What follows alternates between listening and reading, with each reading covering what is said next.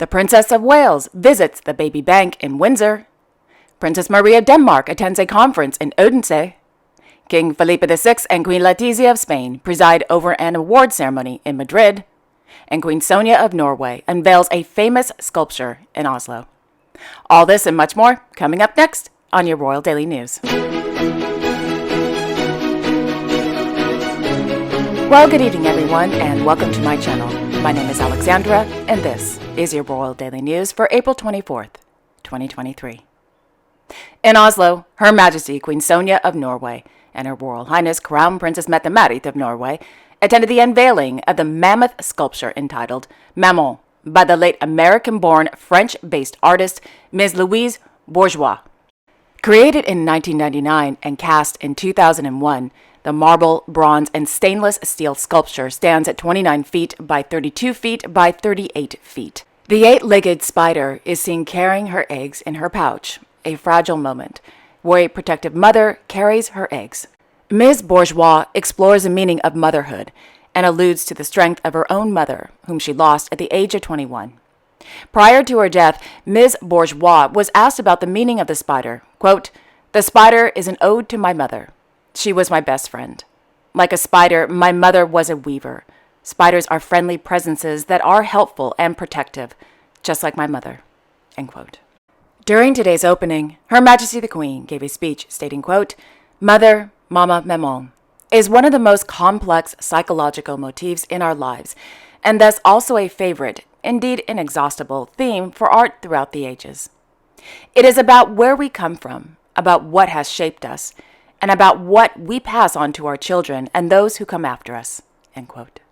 The hauntingly beautiful, iconic sculpture, Maman, will be on display in the Palace Park until August 20th, 2023.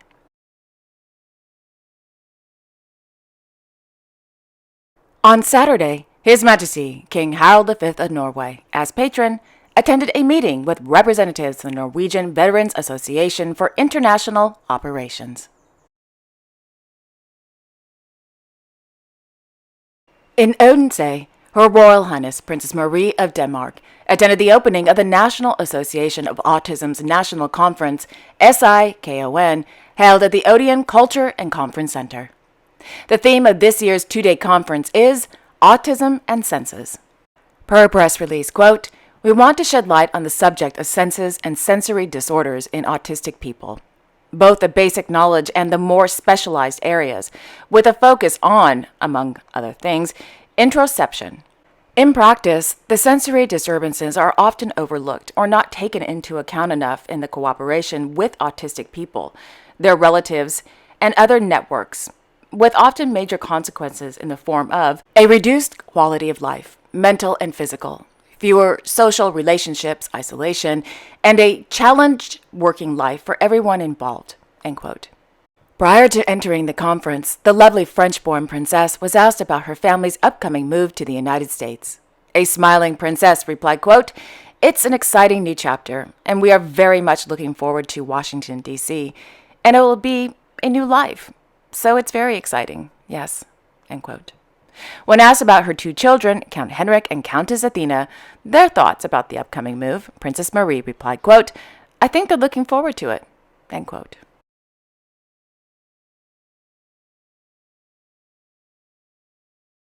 Meanwhile, Her Royal Highness Crown Princess Mary of Denmark, as patron of the United Nations Population Fund, UNFPA, accompanied by the Minister for Development Cooperation and Global Climate Policy, Mr. Dan Jorgensen, concluded their visit to Vanuatu.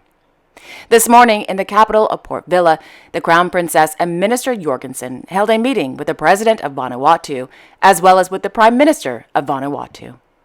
The Crown Princess and Minister Jorgensen also held a meeting with the Minister of Foreign Affairs and the Minister of Climate Change, Ralph Regenbanu. Prior to noon, the Crown Princess and Minister Jorgensen, accompanied by representatives from the aid organization ADRA, or ADRA, visited the small local community of Etras, located outside the capital of Port Vila. According to the Danish Royal Court, ADRA, or ADRA, has support from the European Union and, quote, launched a number of initiatives for women in one of Vanuatu's most vulnerable areas, end quote. During their visit, the Crown Princess visited ADRA's, or ADRA's, Elong Family Support Services Center. According to a press release, the center, quote, empowers women and encourages them to use their traditional craft skills, such as weaving, and sell the items they produce so they can earn extra income, end quote. At noon, the Crown Princess and Minister Jorgensen attended a luncheon meeting with the members of the government of Vanuatu. Thereafter, the Crown Princess gave a speech during a climate event at the University of the South Pacific, MLS campus. The Crown Princess and Minister Jorgensen also participated in a panel discussion that focused on the effects of climate change in the South Pacific and in Denmark. In the evening, the Crown Princess attended a farewell ceremony at the Vanuatu International Airport. Then she boarded a plane bound for the incredibly beautiful islands of Fiji. On Sunday, in Copenhagen, Her Royal Highness Princess Benedikte of Denmark attended a spring concert and award ceremony held at the Danish Order of Freemasons. Last evening's concert raised money for the Danish Order of Freemasons charity work, and according to tradition, the Freemasons Award 2023 was presented in connection with the concert. Every year, the Danish Order of Freemasons presents an award and a cash prize worth 100,000 Danish krone for research, art, and culture. The winner of the Freemasons Award 2023 went to the Fredensborg Slot Church's Girls Choir. Princess Benedikte is patron of the Fredensborg Slot Church Girls Choir.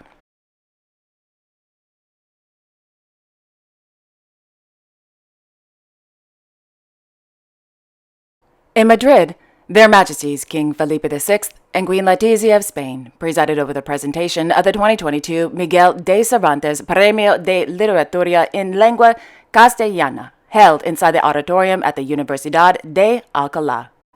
The winner of the 2022 Miguel de Cervantes Premio de Literatura went to Venezuelan essayist and poet Mr. Rafael Cadenas.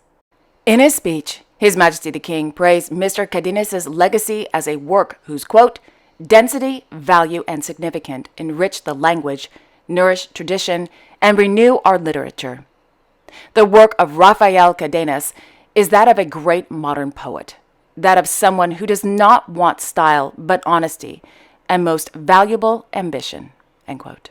Mr. Cadenas is the first Venezuelan to receive the prestigious Miguel de Cervantes Premio de Literatura en Lengua Castellana.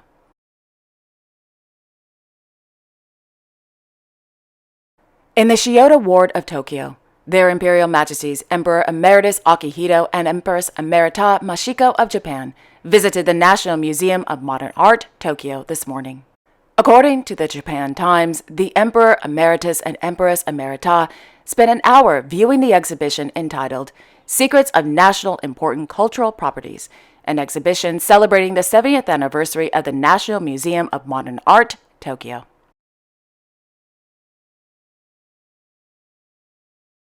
On late Sunday afternoon, Their Serene Highnesses Prince Albert II and Princess Charlene of Monaco cheered on 55 cyclists from the Champagne and Oyster Cycling Club of Monaco participating in the 9th edition of the Saint-Tropez to Monaco charity bike ride as they crossed the finish line at Slammers and La Condamine. The 130 km charity ride raises money for the Princess Charlene of Monaco Foundation. In the past, the Sovereign Prince participated in the fun charity ride, and this year, Mr. Gareth Woodstock, brother of Princess Charlene and the Secretary General of the Princess Charlene of Monaco Foundation, participated in the event. Once the cyclists made it to the finish line at Slammers, they and their families dined on delicious gourmet food, including barbecue wings, burgers, fries, and sides made with love from the amazing team from Chile No. 5. Since 2014, the charity bike ride has raised over 1 million euros, and Sunday's ride raised over 60,000 euros. And finally, Her Royal Highness, the Princess of Wales, visited the Baby Bank in Windsor. The purpose of today's visit was to learn more about the work the organization carries out to support families in need from Windsor to Maidenhead to Berkshire, Buckinghamshire, and the surrounding areas. Per Buckingham Palace, quote, the Baby Bank was founded in 2015 by two mothers from Windsor and strives to provide essential items to families facing financial hardship. The charity provides a range of objects for families, including newborn starter kits, school uniforms, nappies, buggies, and beds. Donations are provided by the general public, retailers, and local suppliers. Families are referred to the charity through a large network of 150 referral partners, which include Helping Hands, social services, schools, food banks, and refugee organizations.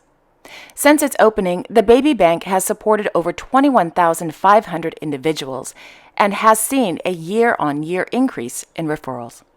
During her visit to the Baby Bank, the princess met volunteers and took part in sorting donations and packing referrals, and heard how the organization works with local partners, including health visitors and midwives, to provide support to families in need. Her Royal Highness has been a long-standing supporter of baby banks, having visited many across the country. In the summer of 2020, the princess also brought together 19 British brands and retailers to donate over 10,000 new items to more than 40 baby banks nationwide, operated by Little Village, Baby Basics, and Aber Necessities. End quote. And there you have it. Thank you all so much for watching. I really appreciate it. I will be back tomorrow on Tuesday, April 25th, with all the latest royal news. Until then, I wish you all a wonderful evening and a great day tomorrow. And don't forget to like, share, and subscribe. Okay, take care, everyone. I will see you all tomorrow. Bye-bye.